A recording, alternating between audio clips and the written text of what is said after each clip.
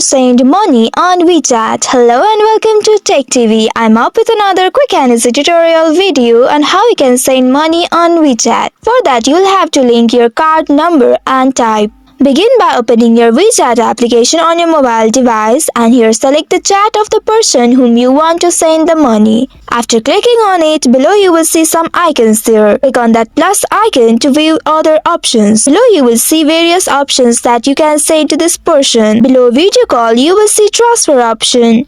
Click on it. And here you can enter the amount you want to transfer to that person. After that, click on this transfer option at the bottom. Wait for a while and you will have to verify. Click on this verify and wait for a while again. Here click on accept and you will reach to this page. Here you will have to enter your full name, ID number and other credentials. After adding all of them, just click on this next button and it will verify your ID. Now you will have to add your bank card number. After adding the card number here, click on this next button and you will be able to send money to that person on WeChat. So in this way you can send money on WeChat. That's all for today's video. Thanks for watching till the end. If you found this video helpful, don't forget to like, share and subscribe the channel. Also hit that bell icon to get notifications on more such helpful tutorials. See you in next video. Stay connected.